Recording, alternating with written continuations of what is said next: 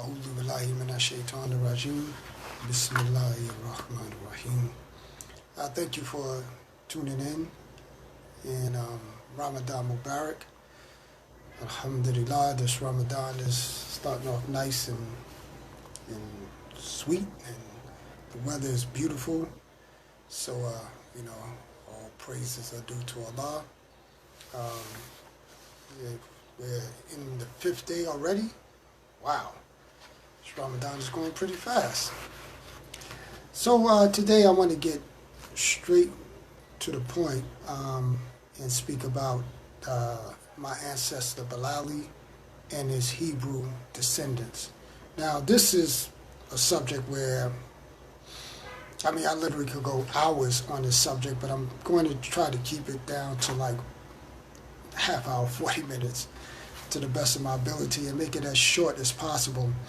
I just want to add to something I said last presentation, part 4, where I was dealing with the piece about, how half of the secondary population of my calculations in Africa 9 was, basically Moroccan Jew, North African Jew, and North African in general.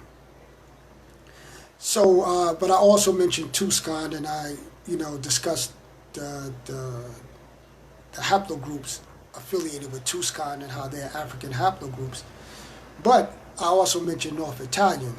Now, if you go back to my series on the red bone people, I mentioned about how the term Guinea came into existence as a pejorative in America. And I mentioned how, they thought the red bone were a mixed people. They thought we got this complexion from mixing with other people. And they knew that we were from Guinea.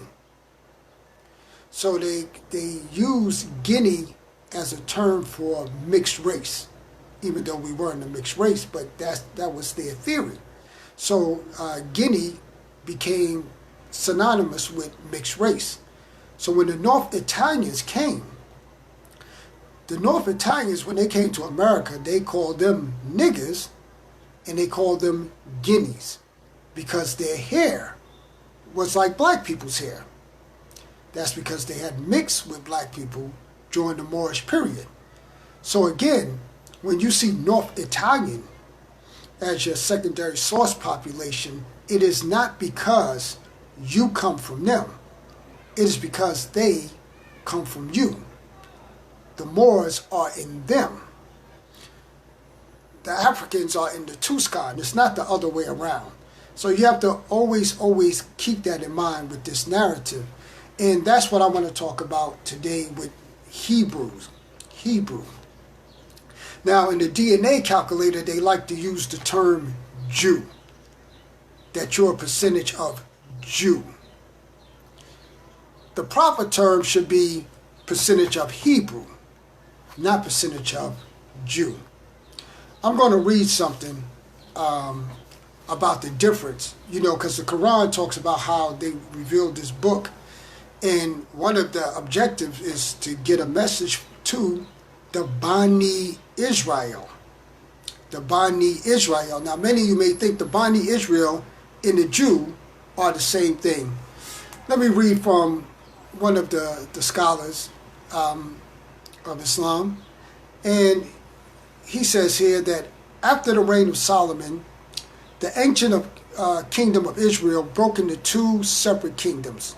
The southern kingdom comprised mainly of the tribe of Judah, one of the sons of Israel. That's just one of the sons of Israel. And as such was referred to as the kingdom of Judah. The term Yahudi, which is in the Quran, the term Yahudi is derived from the name of this kingdom, even though they're not necessarily all descendants of Judah himself. The northern kingdom of Israel, with the bulk of the remaining tribes, were eventually conquered and destroyed. So what it's making clear It says, however, the God used the construction, talk about the Yahudi, in the Quran, and is predominantly in the context of the original covenant. Now, the Yahudi in the Quran is talking about those who were present in Arabia during the time of Prophet Muhammad, peace be upon him. Then the Quran also talks about the Bani Israel. These two are not necessarily the same. Every Yahudi may be a descendant of the Bani Israel, but all Bani Israel are not Yahudi. All Bani Israel is not Yahudi. So we have to be clear on this, so that, you know, when you do your DNA, don't go off saying, you know, I'm 30% Jew or 30% anything of that sort. For instance, you know, there was a recent incident in Israel where one of the speakers of their parliament said of the Palestinians that the Palestinians cannot be Palestinians because there's no P in the Arabic language. So here it is, when you let someone else define you, then they can undefine you in order to justify taking something from you. So it was the Europeans that came up with the term Palestinian. In Arabia, it's Philistine. Philistine, but they say Palestinian. Then the Philistines started calling themselves Palestinian. And then they flipped it on them after they got them to call themselves Palestinian. Then they tell them, hey, how could you be a Palestinian and there's no P in the Arabic language? This is the problem when other people define us. Because once they define you, they can undefine you. So other scholars flipped it on them and say, well, you're not a Jew because there's no J in the Hebrew language.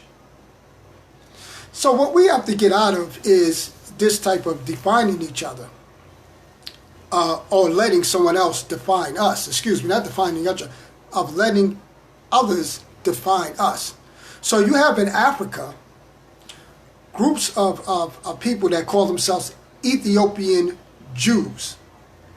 They didn't call themselves that until a Jewish missionary came among them and said, you know something, your practices, the practices of your people are the same practices of the Jews. And you were originally Jews before you came here. So these Ethiopians brought that story, and they began to call themselves Ethiopian Jews. Ethiopian Jews. Now, once you do that, once you let somebody define you, then you start using them as the standard of what is a Jew or what is a Hebrew. So now, these Ethiopian Jews, a lot of them moved to Israel, and they became supporters of the state that oppresses Palestine. So once they give you this term, they, you know, again, using myself as an example, you're a certain percentage of Moroccan Jew. Now, if I accept that, then I'd say, okay, yeah, and, you know, it's right for me to take the land from those Palestinians because I was originally there in Judah. But not all of us was there in Judah. Every Bani Israel is not a Jew. Every Hebrew is not a Jew. So let's go into some of these terminologies, particularly in the GEDmatch. Now, GEDmatch is an excellent site, and wow, it's free, and they have these excellent calculators. And one of these calculators are ancient calculators. It's called K23B. And what I found in this particular calculator, that those of us who were of Fulani descent, and even other descent, if they had E1B1A, they were, in the ancient calculator, said to be Limba derived. Limba derived. Now, who are the Limba?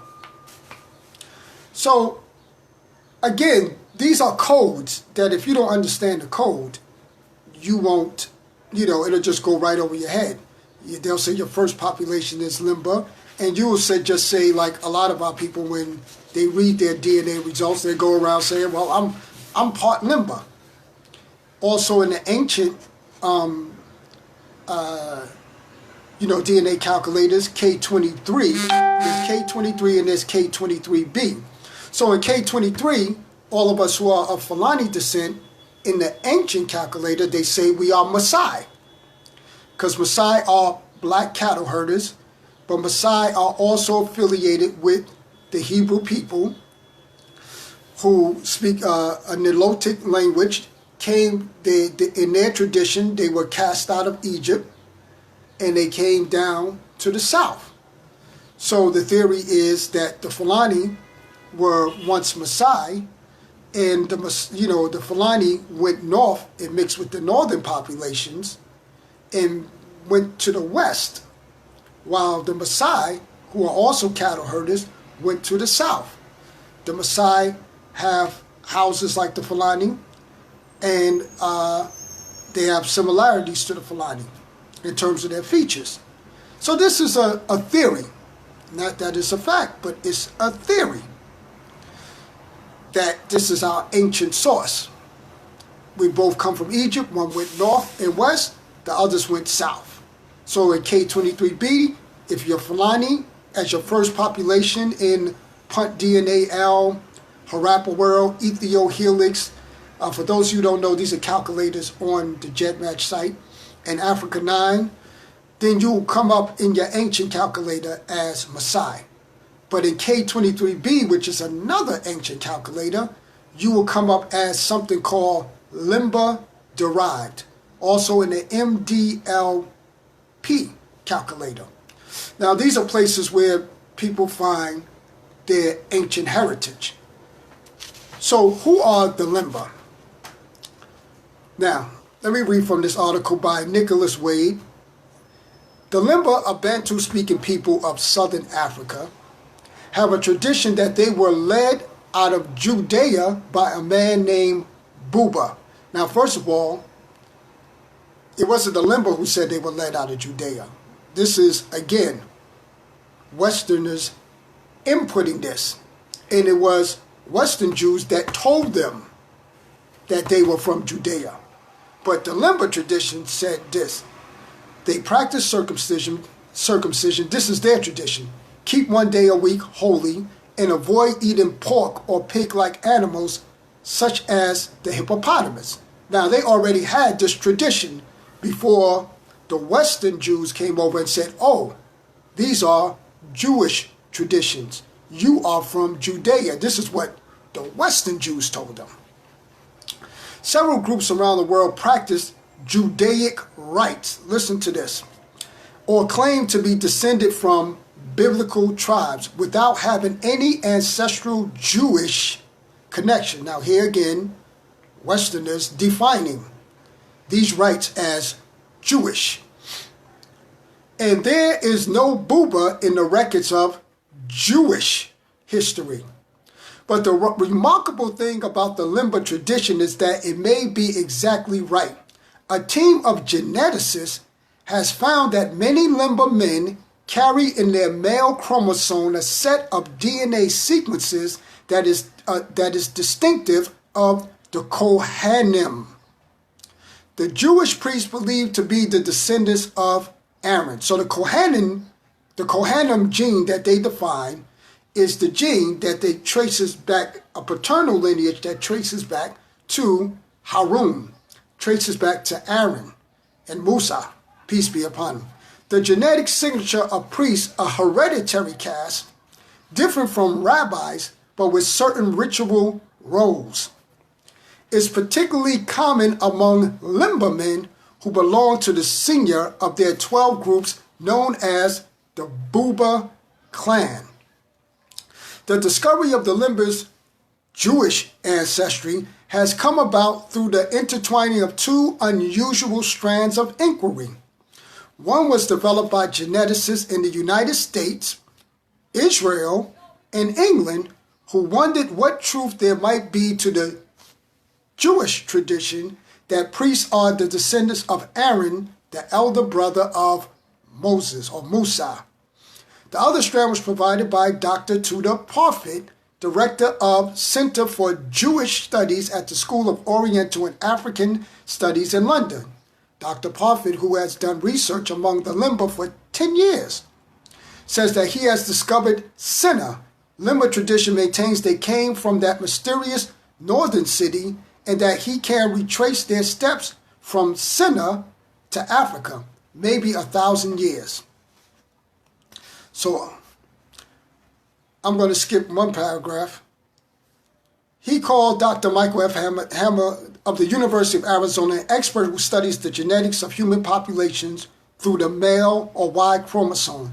Unlike the genetic material of the other chromosomes, the genetic material of the Y chromosome is not shuffled every generation, obscuring the lines of individual descent. And let me just say as a side note, all Fulani are related. So with Fulani, when I tested my, when I used the kit of people who match both kits on GEDmatch, even though I shared no segments with the Fulani who tested from West Africa, but I had shared relatives with every Fulani that tested from West Africa. And all of us who are of Fulani descent, we had shared relatives with Fulani who tested from West Africa. So we may have not had a segment in common because as it just says, DNA shuffles around. But our relatives might have the segment, but we won't have the segment. But that don't mean we're not related. We just don't share that segment. That segment got shuffled around and shuffled out over the generations. But we have the same Y chromosome that does not get shuffled. And that's why we all come up Fulani as our first population or second or third population, whatever it is. So, Y chromosomes are bequeathed from father to son more or less unchanged apart from the occasional mutation. Now, they said that these Limber men have what is called the gene that they associate with Aaron. So every Fulani in the ancient calculator, we come up as Limber derived. Limber derived. So what they're basically saying that they know that you are descended from Aaron, from Moses, who come from and were prophets and messengers to the Bani Israel. And that line goes all the way up to the ancient patriarchs or prophets and messengers, peace be upon them all. But if you don't know to look for that inside those ancient calculators, it will just go right by you. So that is one aspect of the fact that is proof that we are not just the Hebrew people because we fulfill the prophecy of Abraham's seed being taken in bondage for 400 years. We are also the Hebrew people genetically. Genetically, we are the Hebrew people. And let me say this, a quote from the Honorable Elijah Muhammad. He said something very simple many years ago, but that was so profound. He said, the white man knows you well, but you don't know him well. Now that might sound like a simple statement, but when I tell you about Ancestry, how they hide, your North African DNA, how they hide your Middle Eastern DNA. And many of my relatives who did their DNA had, when they downloaded their DNA in the GEDmatch, had North African DNA, had a percentage of Middle Eastern DNA. They don't want you to know this because they know that all the stories in the Bible, their Bible, as well as the Quran as well, takes place in the Afro-Arabian Peninsula. Also, we have East African DNA, and according to Ancestry, we had no East African DNA. So when you find that you have East African DNA, North African DNA, Middle Eastern DNA, that means you are related to the people where the stories of the Bible take place. Ancient Mesopotamia, which is now Iraq, where Abraham was. Babylon is also Iraq. Where did I find distant cousins? In Iraq. So not only is the prophet, the Sahaba of Muhammad, peace be upon him, that came up from southern Arabia into Iraq and from Iraq across North Africa, and they mixed with the Fulani, and that's why you have Saidis, or descendants of the prophet's family, peace be upon him, in West Africa, and among descendants here in America. But this is also the DNA of the ancient prophets who were in Iraq.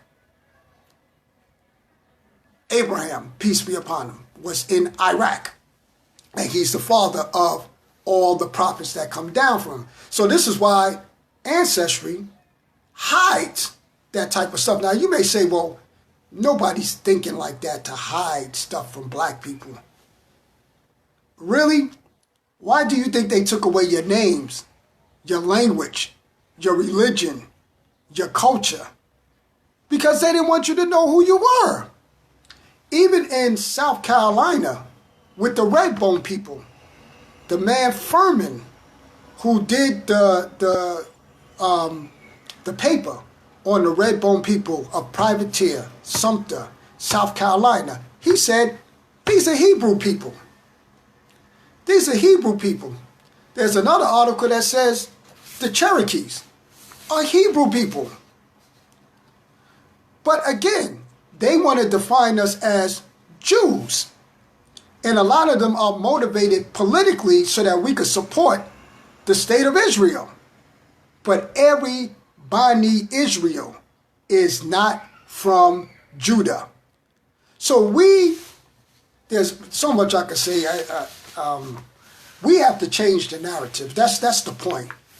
We have to stop saying and allowing them to say that our forbay traditions are Jewish traditions. No, they are forbay traditions.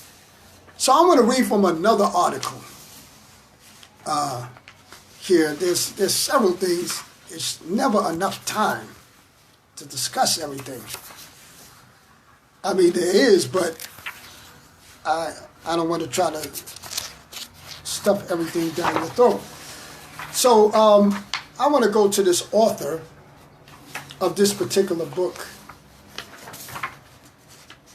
No, where is it? Excuse me. Aha. So this book called Jews, again, they're defining us Jews of Nigeria. So this is written by Bill Miles in the Jews of Nigeria. So until joining the Peace Corps after college and being sent to rural Niger in West Africa, Bill Miles had no idea that his Jewish education would facilitate his entree into a traditional Islamic society. But from the outset, his religious studies, including having won the National Bible Contest and representing North America in the International Bible Contest in Israel, proved to be a great asset. Now, even before we had finished our Peace Corps training in Yame, Niger's capital, says Professor Miles of the Political Science Department, one of my Nigerian, not to be confused with Nigeria, Nigerian, the country of Niger, Nigerian language instructors informed me that we were cousins. Why? Quote, as a Fulani, one of Africa's great nomadic peoples, he had grown up with the teaching that his was a tribe that, unlike the other Israelite ones, now this is what he said. He said Israelite ones had traveled west during the Exodus rather than east towards the land of Israel. That the Fulani had long since become Muslim was besides the point. What mattered was belief in a common ancestral heritage. Now, these are his words. That's not what Bill Miles' words. Even today, Miles also observed rural Fulani live more biblically than do modern-day Jews. Modern-day Jews. So, Miles observed that the rural Fulani lived, I'm going to say that again, lived more biblically than do modern-day Jews.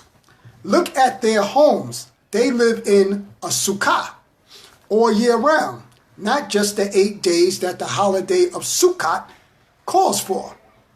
So the Jews have a holiday called the Sukkot, where they live in a hut-like house that the Fulani live in, called Pseudo-Hudo, all year round, and they live in there for 8 days to symbolize their Jewish ancestors. Now they go and tell us that, oh, we got this from the Jews. No, this has always been Fulbe tradition. Fulbe tradition. The Maasai have always been practicing Maasai tradition. The Limba have always been practicing Limba tradition before you came along and redefined it as Jewish tradition. Now you may say, well, these traditions have parallels in the Bible and in the Quran. Yes, because we are, no doubt, the Bani Israel. However, we existed before Judah.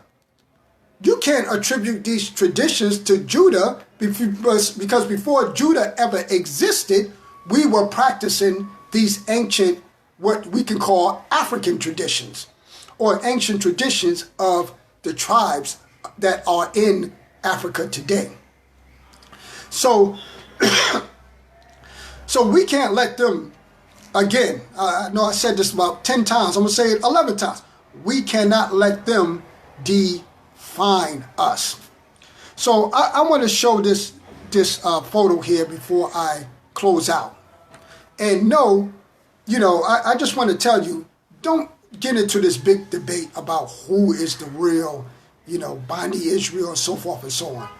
I'm the real Fulbe. I'm the real Fulani. I'm the real Pulo. That's all that matters. If you're Maasai, be the real Maasai. That's it. Don't get into this who is the real whatever they determine. Because when you start arguing with them about that, then you are playing into their, plan to use themselves as the standard by which Hebrewism is measured. So you got to tell them, no, we're the real ones. No. Okay, you want to be the real Jews? Okay, you're the real Jews. I'm the real Pulo.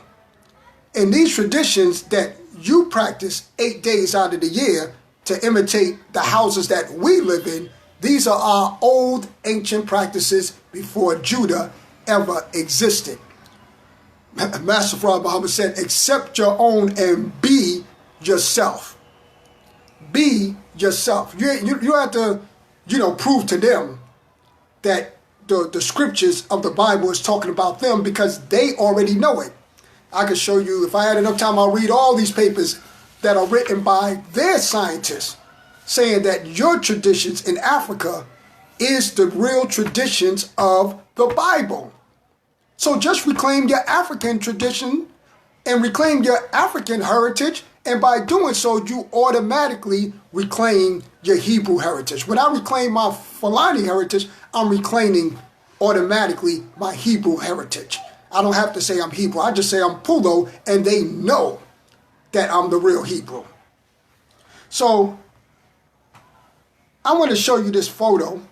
I thought this photo was very interesting. I saw this photo a few years back, I spoke about it in one of my presentations, how this this particular photographer went into the Yemen because when the European Jews wanted to know the real Jewish traditions, they went to the Yemen, and they sent a photographer there to take a photo. And when he brought that photo back to Europe, it was huge because it was the first photo ever of the real Jews, basically. And these were the Jews of the Yemen, because they know the stories of the Bible take place, and the stories of the Torah take place in Arabia and East Africa. Arabia and East Africa. And that's why they always look in those areas for the true Hebrew traditions that they call Jewish, but it's, you know, you could say it's Hebrew. So they went, and if I could, give me a second. I hate when my tablet embarrasses me when I'm doing a presentation.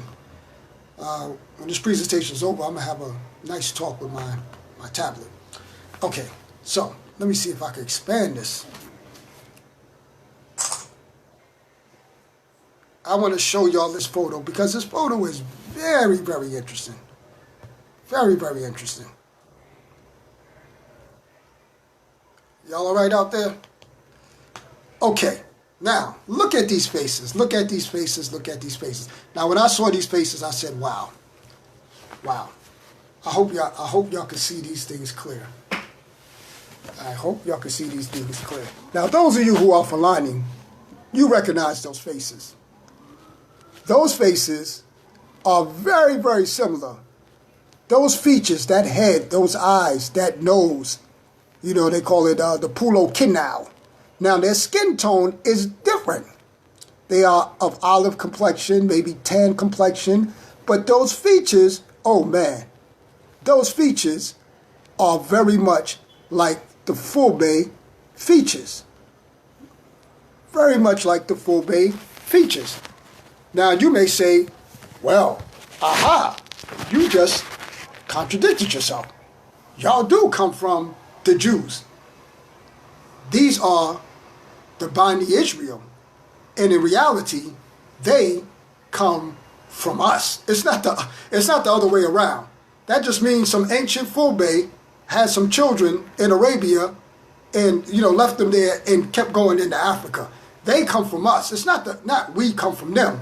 The lighter skinned people come from the darker skinned people, not the darker skinned people coming from the lighter skinned people. And this is their narrative, that we were once, you know, as they tell Alimba and others, that you were once like white Jews who went into Africa and became black. No. We were always black. We were always black. You became white. It's the other way around. So these are our descendants. That's why they have our features. So they are Bani Israel. They are Bani Israel who became Jews who went into Judah. But the rest of us Bani Israel who were never in Judah, we were always in North Africa, and we went down into West Africa, and we went back and made our way through Central Africa all the way to Makkah. That's why the Fulbe are all over half of Africa. We are the largest nomadic tribe on earth. Out of 50% of the nomads on earth, they're Fulani. Out of 100% of the nomads on earth, 50% are Fulani. The largest. So, thank you for listening, and I'm going to close right there because I got to prepare my food for iftar. It's 10 minutes away. So I hope this presentation was beneficial to you. I hope I was clear on my points, but if I wasn't, if you have any questions, feel free to leave them. Thank you so much. May Allah continue to bless you. And assalamu alaikum. And before I close, let me just say this about the Bani Israel. Oh man. You know, the Bani Israel was favored by Allah. That's what it says in the Quran. And again, you don't have to argue with these people to prove it, because Your history proves it. And, you know, if you look at the way black people in America are respected and looked up to all around the world, like when I go to France, all of their talk could be in English. But when it comes to their music, it's black American music. When it comes to style, they imitating black America. You know, all around the world. You know, you go to China, their biggest, their best singers, you know, that they emulate are black American singers. You know, Michael Jackson is like a phenomenon all around the world. And not just Michael Jackson, so many of our artists. So that just shows you right there that the Bani Israel that you are have been favored throughout the world. That once you've been taken in bondage for 400 years, fulfilling that scripture, God raised you above the nations of the earth. And we will continue to be raised among the nation of the earth, not just the black man in America, the black man in America, the black man in Africa. We will be raised above the nations of the earth after our suffering and oppression at the hands of our enemies. So thank you for listening as I greet you in peace. Assalamu alaikum. Ramadan Mubarak.